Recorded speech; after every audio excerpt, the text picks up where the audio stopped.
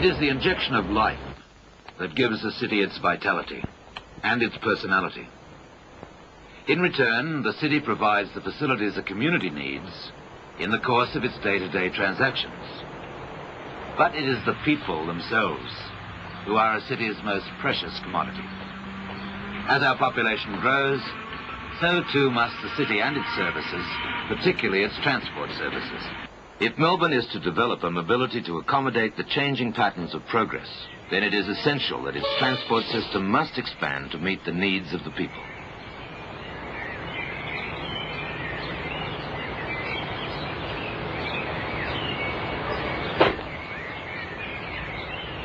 Hello. How are you going?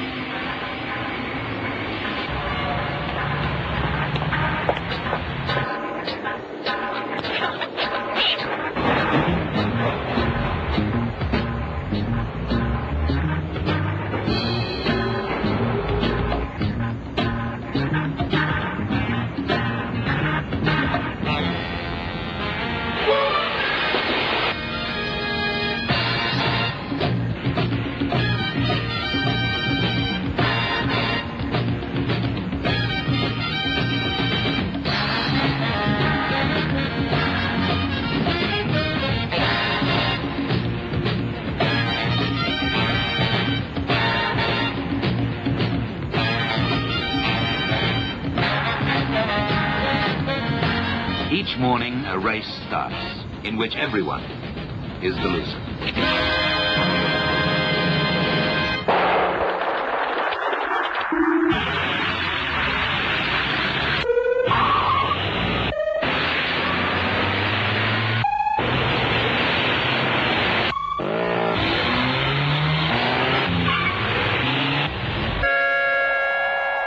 Melbourne's population increases by 150 people every day, and more than 1,000 new motor vehicles join the roads every week.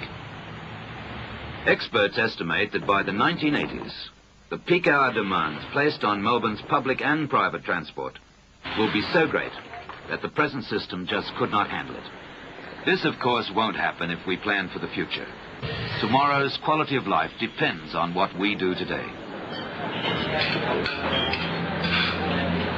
Already a transportation plan is underway that will ensure that Melbourne's population growth will be catered for. And the key to all this new development towards a balanced transport system will be the Melbourne Underground Rail Loop. The loop is not a separate railway, but an underground extension of the existing suburban rail system. The new section will run under La Trobe and Spring Streets and join up with both the ground level and elevated tracks alongside Spencer and Flinders Streets, thereby forming a loop around the city. Everyone will benefit from the loop because it will ease the pressure on the total transport system by enabling train travellers from the suburbs to enter and leave the city through a choice of 5 stations in the central business district. At the moment, nearly 90% of city rail commuters use the Flinders Street Princess Bridge terminal.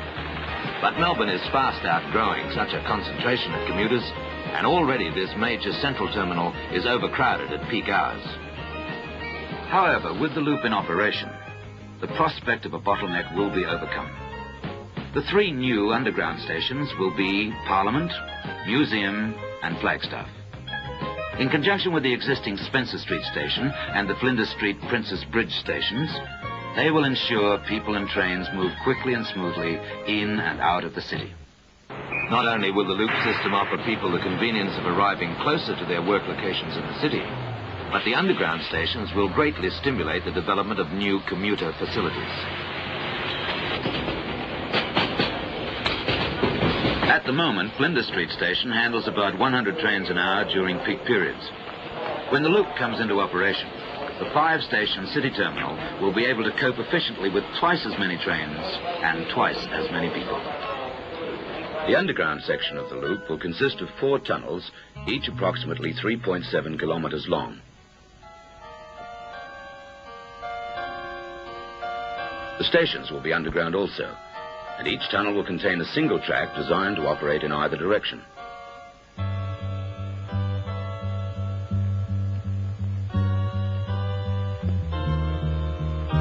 In places, they will be as deep as 38 meters.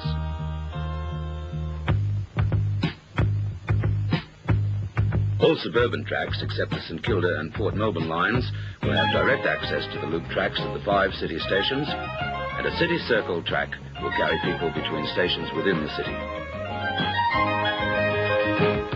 The first excavation for the loop began in June 1971. Tunnel construction is well advanced in the rail yards between Richmond and Flinders Street stations. Pilot tunnels have been driven beneath city streets, and exploratory shafts sunk to test ground behaviour. By increasing the capacity of the city rail terminal, the loop will enable the whole of the suburban rail system to continue to be improved.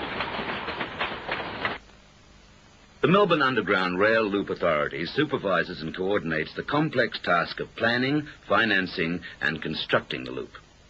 Current and advanced plans are discussed at regular meetings of board members and senior officers.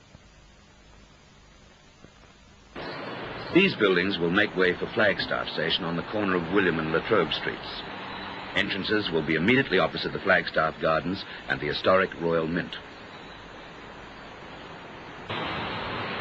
After demolition of these 2 acres of property directly opposite the National Museum, work began on Museum Station.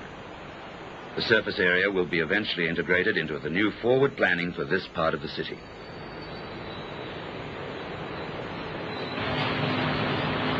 Construction immediately under Latrobe Street required the traffic to be diverted along this temporary road and tramway.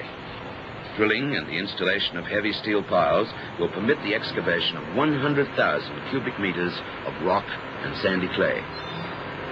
The complex structure within the excavation has been designed to support the trains, the platforms and the escalators below ground and the reinstalled roadway along Latrobe Street.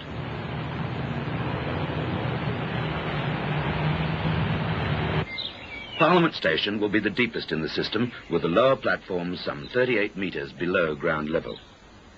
Current plans provide for booking halls just below Spring Street on either side of Burke Street, and easy access for all passengers, whether they be travelling north, south, east or west.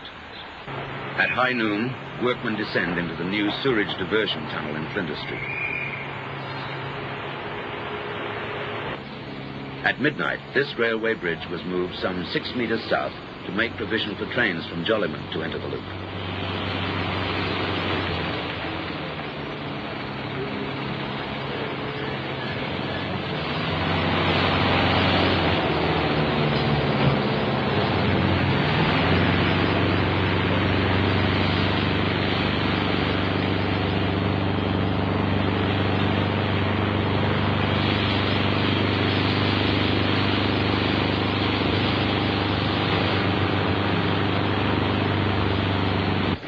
Loop trains from Jollyman will pass over a new bridge, down a ramp, and into this tunnel under Wellington Parade. Trains approaching the loop from Richmond will descend through open ramps and rectangular tunnels.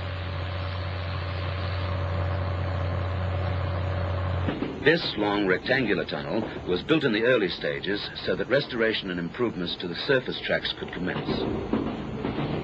These tunnels are formed within excavations, then covered with clay and rock before restoration of the surface tracks can take place.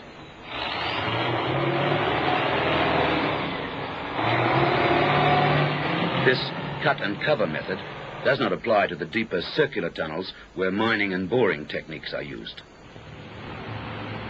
Trains from these 3 tunnels will emerge at Spencer Street before completing the loop around the city and then back into the suburban system or to stabling sidings at off-peak times.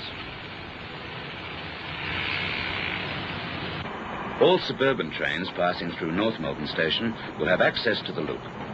The standard gauge flyover bridge has been extended and work has commenced on the entrance ramp to the 4th tunnel. The design and construction of modern new trains, the introduction of new express tracks and services, the extension of automatic signalling, higher speed limits and new stations are all part of the overall expansion program.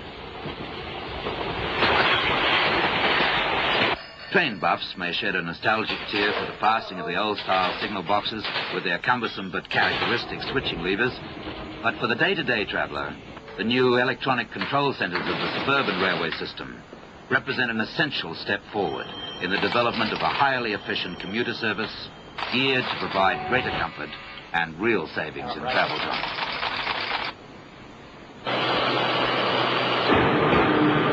By the 1980s, the number of cars on the road will be almost doubled.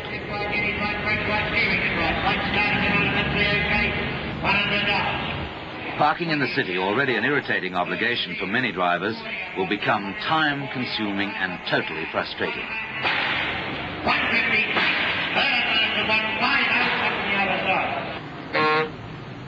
Let's consider the sad tale of Alexander J. Citizen. Basically, Alexander is the most likable fellow. But the bumper-to-bumper crawl of daily commuting has turned our mild-mannered manager into a snapping turtle.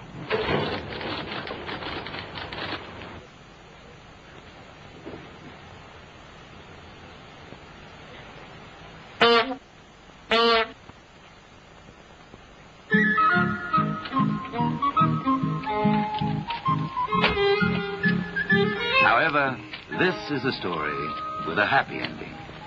One day, our man saw the light.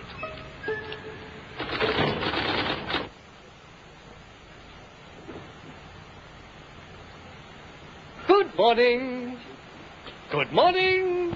It is expected that the benefits of the loop and the expanded railway system will encourage drivers to leave their cars in the special parking areas at suburban stations and travel to the city in tension-free, pollution-free comfort.